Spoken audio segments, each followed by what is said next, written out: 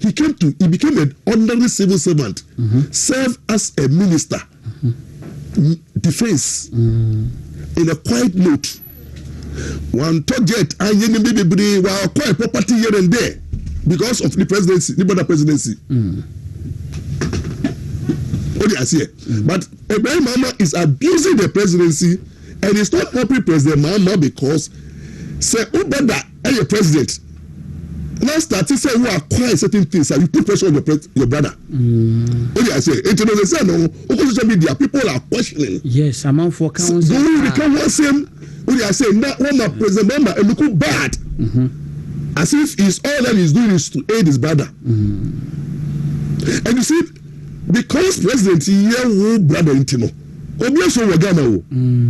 I'm telling you, nobody under our constitutional dispensation. What's about? The way constitution, every president is powerful.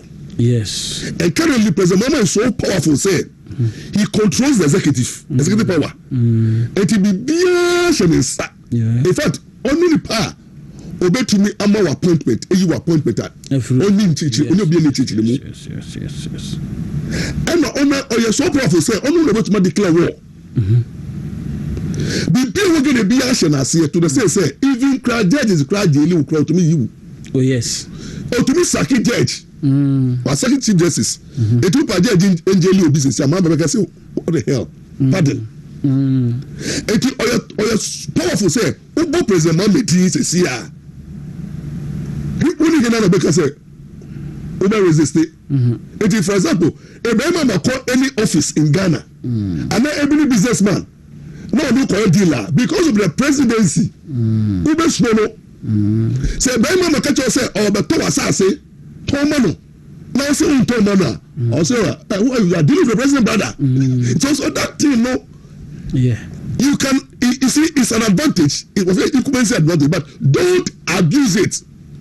Oh, when you're being you're influential because of your brother. The moment you're going to be a president, we're very, very influential and powerful. Although Ghana for to about Mao, but because President you carry the image. Yes. If the president Mama Eko Biano, Mama you carry the image, the power of the president. When you be here, this is say hey, President Banana, no judge in Ghana now can stand Ibrahim Mahama. I don't see any judge Ibrahim Mahama here be business here. What to Ibrahim Mahama? That's what I'm saying. Oh, you do you sir? Who just there? Or the article 446. Let me just say. Oh, yeah, MP now Ibrahim Mahama office so favor. Now say one premier. When you say the next time no appointment will be revoked. Let me just say. And President Mahama Kasano, I'm not for external because of the power it is. And Ibrahim Mahama also because of where President Badano and I will tell Ibrahim Mahama no beer. What ten of we hear him only President Koba or driver only two coin only didn't come out or so qualify you know or you're visible or sure say was supposed to be but it is visibly in governance all the only position it will know the president who's know what he can do and what he cannot do and I'm not someone to be but to be a Ibrahim Mahama has issue for long. Yeah. But the moment the better back power panel started with the channel because the moment Ibrahim Mahama back power panel only better travel somebody will have a power and it's just a call. Yes. It's just a call. Yeah, just a call. These are the relative people fear to say, but I'm telling you, I'm being honest. Oh, really? Genuinely, what I'm saying, you know, just a who person you're diabolic, but I'm saying I'm being honest. So only usikini enam. Papa eye odi focus here. Papa usika. Unama corona was so amamfusro. Entino Ibrahim Mahama politically no. It's not helping the brother. It's abusing the brother's presidency to the benefit. Because because your brother your president you know. The way our brother your president UM Bank, Metal Bank, we buy a loan. And now when I say a UT Bank buy a loan went to main chair, they banded on the issue. What do I say? To say President Mahama have to tell the brother, go and pay. What the car go to ya? Who the fee? President Mahama, Ibrahim Mahama could G loan merchant bank went to ya. Or the money company could G loan. Our UT bank and a Caribbean those banks will suffer. President Mahama at that time who was not comfortable because the president was so much. The President Mahama ordered the brother and said, please, who the car go to ya? It is there. Now, under the influence of President Mahama, President Mahama, they better cram machines, buying machines, went to duty. Went to duty, no. You clear goods, no ordinary Ghanaian can have that privilege. Because that the goods is not exempted by parliament. But how he managed to clear the goods because the brother here. President. In kind of goods, no, can't say custom officer say, my friend, Clamani. Now, can say we are rough now, of President Mahama, we are in trouble. It will not tell you say president, brother.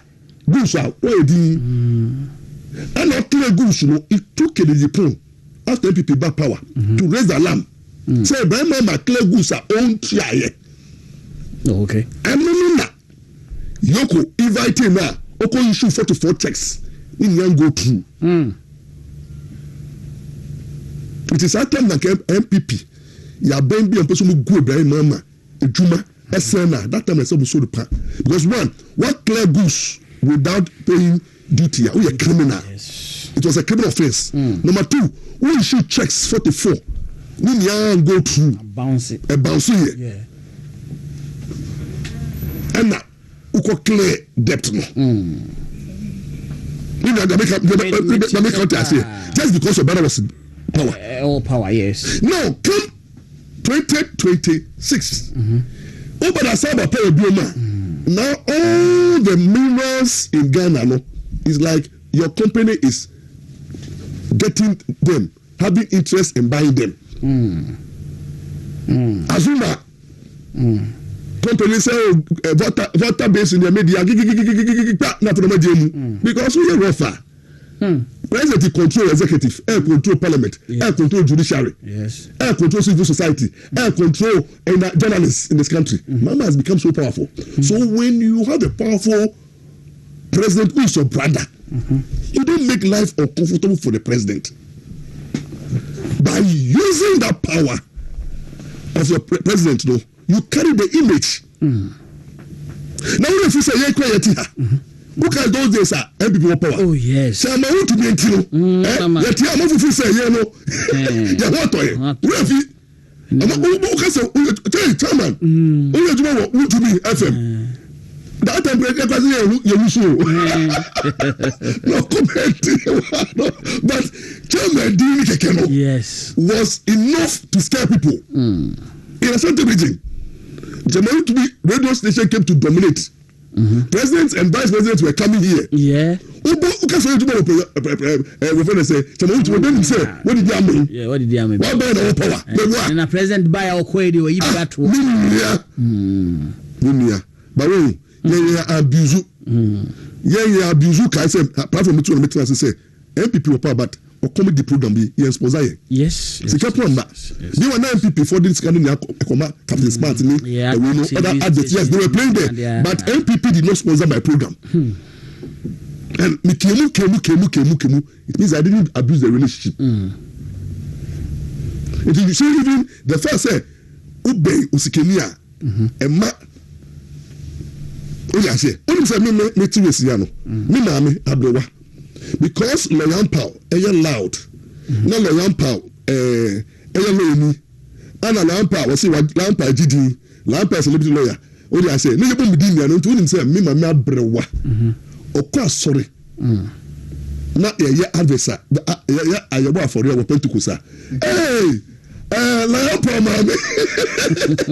No, Ampaw mama. Obey there's a mimi was a car. Yeah. But the moment I meet telephone, you was a car. It even a mere woman, not a lawyer friend, lawyer. I sorry, down there, Dameka. What I say, you give up the way, or be whom mamma, or you're envious of me, man. I didn't hear. The badge, the badge,